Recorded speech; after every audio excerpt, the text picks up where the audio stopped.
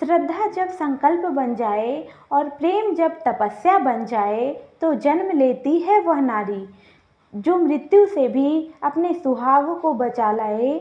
आज का दिन केवल एक व्रत नहीं, यह उस अद्भुत नारी शक्ति का उत्सव है जिसने अपने पति व्रत के बल से काल को भी पराजित कर दिया। बट सावित्री व्रत हर सुहागिन का यह संकल्प ना सिर्फ अपने प्रिय के दीर्घायु जीवन की कामना है, बल्कि यह विश्वास है कि सच्चा प्रेम कभी हारता नहीं। इस पुण्य व्रत को करने से जहाँ सौभाग्य अखंड रहता है, वहीं माँ सावित्री की कृपा से हर मनोकामना भी पूर्ण होती है। आइए माता सावित्री की इस दिव्य गाथा को सुनने से पहले हम यही कामना करें कि हर नारी का सुहाग अटल रहे, हर घर में प्रेम और सुख की बट वृक्ष जैसी छाया बनी रहे। सबसे पहले आप सभी को बट सावित्री व्रत की ढेर सारी शुभकामनाएं। आज का दिन एक परंपरा नहीं, बल्कि प्रेम, त्याग और अडिग विश्वास की सजीव मिसाल है।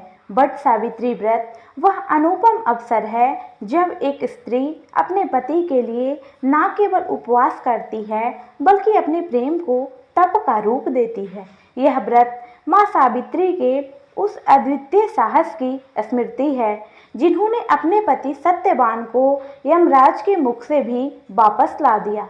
यह कथा हमें सिखाती है कि नारी के पति व्रत की शक्ति कितनी प्रबल होती है, जो मृत्यु के दरवाजे को भी मोड़ सकती है।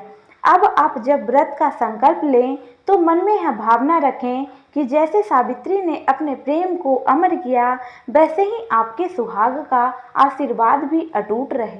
कथा आरंभ करने से पहले हम सबसे पहले विघ्नहर्ता भगवान श्री गणेश का स्मरण करते हैं। हे मंगल मूर्ति, हमारी वाणी में मधुरता दो, मन में श्रद्धा दो और कथा श्रवण में कोई विघ्न न आए, ऐसी आप कृपा करो। अब हम माता सावित्री और सत्यवान का आवाहन करते हैं, जिनकी अटल निष्ठा और सच्चे प्रेम ने स्वयं यमराज को झुका दिया। माँ सावित्री, हमें भी वही शक्ति दो, वही विश्वास दो जिससे हमारा सुहाग, हमारा परिवार सदा सुरक्षित रहे। हमें ब्रह्मा जी का भी आवाहन करते हैं। हे सृष्टिकर्ता, इस पावन अवसर पर हमारे जीवन में शुभ संकल्पों का सृजन करो। अब हम त्रिदेवों श्री ब्रह्मा, विष्णु और महेश का भावपूर्ण आवाहन करते हैं कि हे हमें धर्म, भक्ति और संयम के मार्ग पर चलने की प्रेरणा दें। हे भगवान विष्णु, हमारे परिवार में समृद्धि और सौभाग्य बना रहे। भगवान शिव, हमारे जीवन में शांति, सहनशीलता और विवेक बना रहे। अंत में हम सभी देवी देवताओं से, अपने पितरों से प्रार्थना करते हैं कि यह व्रत सफल हो, हर स्त्री के मन की हर मंगल कामना पूर्ण हो और यह कथा केवल एक कहानी बनकर ना रहे, हमारे जीवन की प्रेरणा बन जाए। हे देवों, कृपया इन कथा में उपस्थित होइए और अपने आशीर्वाद से इसे पूर्ण कीजिए। एक बार देवी पार्वती जी ने महादेव जी से कहा, हे देवताओं के भी देवता, जगत के पति शंकर भगवान, प्रभास क्षेत्र में स्थित ब्रह्मा जी की प्रिया जो सावित्री देवी हैं, आप कृपया उनका चरित्र मुझसे कहिए, जो उनके व्रत का महात्म हो और उनके संबंध का इतिहास हो और जो स्त्रियों के पति व्रत को देने वाला, सौभाग्यदायक और महान उदय करने वाला हो। तब भगवान शंकर ने कहा कि हे देवी, प्रभास क्षेत्र में स्थित सावित्री के असाधारण चरित्र को मैं आपसे कहता हूँ। हे माहेश्वरी, सावित्री स्थल नामक स्थान में राजकन्या सावित्री ने जिस प्रकार से उत्तम बट सावित्री व्रत का पालन किया, उसका यथावत वर्णन करता हूँ। कथा के अनुसार एक समय की बात है, मध्य देश में अश्वपति नाम के एक धर्मात्मा राजा का राज्य था। उनकी कोई भी संतान नहीं थी। तब राजा ने संतान प्राप्ति हेतु यज्ञ करवाया। कुछ समय बाद उन्हें एक कन्या की प्राप्ति हुई, जिसका नाम उन्होंने सावित्री रखा। विवाह योग्य होने पर सावित्री ने द्युमत सेन के पुत्र सत्यवान को पति के रूप में वरण किया। सत्यवान वैसे तो राजा का पुत्र था, लेकिन उनका राजपाट छीन गया था और अब वह बहुत ही दरिद्रता का जीवन जी रहे थे। उनके माता पिता की भी आंखों की रोशनी चली गई थी। सत्यवान जंगल से लकड़ियां काट कर लाते और उन्हें बेचकर जैसे तैसे अपना गुजारा कर रहे थे। जब सावित्री और सत्यवान के विवाह की बात चली, तब देवर्षि नारद ने सावित्री के पिता राजा अश्वपति को बताया कि सत्यवान अल्प आयु है और विवाह के 1 वर्ष बाद ही उनकी मृत्यु हो जाएगी। हालांकि राजा अश्वपति सत्यवान की गरीबी को देखकर पहले ही चिंतित थे और सावित्री को समझाने की कोशिश में लगे हुए थे। नारद मुनि की बात में उन्हें और भी अधिक चिंता में डाल दिया, लेकिन सावित्री ने उनकी एक भी नहीं सुनी और वे अपने निर्णय पर अडिग रही। उन्होंने अपने पिता से कहा कि वे अपने जीवन में एक बार अपने पति का वरण कर चुकी हैं, अब वे इस निश्चय से कदापि नहीं हिल सकती। अंततः सावित्री और सत्यवान का विवाह हो गया। सावित्री सास ससुर और पति की सेवा में लगी रही। नारद मुनि ने सत्यवान की मृत्यु का जो दिन बताया था, उसी दिन सावित्री भी सत्यवान के साथ वन को चली गई। वन में सत्यवान लकड़ी काटने के लिए जैसे ही पेड़ पर चढ़ने लगे, उनके सिर में असहनीय पीड़ा होने लगी।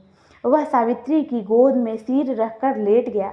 कुछ देर बाद उनके समक्ष अनेक दूतों के साथ स्वयं यमराज भी खड़े हुए। तब यमराज जी सत्यवान के जीवात्मा को लेकर दक्षिण दिशा की ओर चलने लगे। तब पतिव्रत स्त्री सावित्री भी उनके पीछे चलने लगी। यमराज जी ने सावित्री से कहा कि हे पतिव्रता नारी, जहाँ तक मनुष्य साथ दे सकता है, तुमने अपने पति का साथ दिया, अब तुम वापस लौट जाओ। तब देवी सावित्री ने कहा कि जहाँ तक मेरे पति जाएंगे, वहाँ तक मुझे जाना चाहिए, यही सनातन सत्य है। यमराज जी सावित्री की वाणी सुनकर प्रसन्न हुए और उनसे वर मांगने को कहा। सावित्री ने कहा कि मेरे सास ससुर अंधे हैं, आप उन्हें नेत्र ज्योति दे दीजिए। यमराज जी ने तथा अस्तु कहकर उन्हें वापस लौट जाने को कहा और आगे बढ़ने लगे, किंतु सावित्री यमराज जी के पीछे पीछे चलती रही। तब यमराज जी ने प्रसन्न होकर फिर से उनसे वर मांगने को कहा। अब की बार सावित्री देवी ने वर मांगा कि मेरे ससुर का खोया हुआ राज्य उन्हें वापस मिल जाए। तब यमराज जी ने तथा अस्तु कहकर पुनः उनसे लौट जाने को कहा, किंतु सावित्री अपनी बात पर अटल रही और वापस नहीं गई। सावित्री की पति भक्ति देखकर यमराज जी पिघल गए और उन्होंने सावित्री से एक और वर मांगने के लिए कहा। तब सावित्री देवी ने वर मांगा कि मैं सत्यवान के 100 पुत्रों की माँ बनना चाहता हूँ, कृपया कर आप मुझे यह वरदान दे दीजिए। तब सावित्री देवी की पति भक्ति से प्रसन्न होकर इस अंतिम वरदान को देते हुए यमराज जी ने सत्यवान की जीवात्मा को पास से मुक्त कर दिया और अदृश्य हो गए। सावित्री देवी जब उसी वट वृक्ष के पास आई, जहाँ पर कुछ देर पहले उनके मृत पति के शरीर को उन्होंने गोद में लिटा कर रखा था, तो उन्होंने पाया कि वट वृक्ष के नीचे सत्यवान के मृत शरीर में जीव का संचार हो रहा है और कुछ ही देर में सत्यवान उठकर बैठ गए। उधर सत्यवान के माता पिता की आंखें भी ठीक हो गई और उनका खोया हुआ राज्य भी वापस मिल गया। भगवान शिव देवी पार्वती से कहते हैं कि हे देवी, हर पतिव्रत स्त्री को अपने पति का हर हाल में साथ देना चाहिए, परिस्थिति कैसी भी हो कभी साथ नहीं छोड़ना चाहिए। और पतिव्रत स्त्री में इतनी ताकत होती है कि वह यमराज से भी अपने पति के प्राण तक वापस ला सकती है। वहीं सास ससुर की सेवा और पत्नी धर्म की सीख भी इस कथा से मिलती है।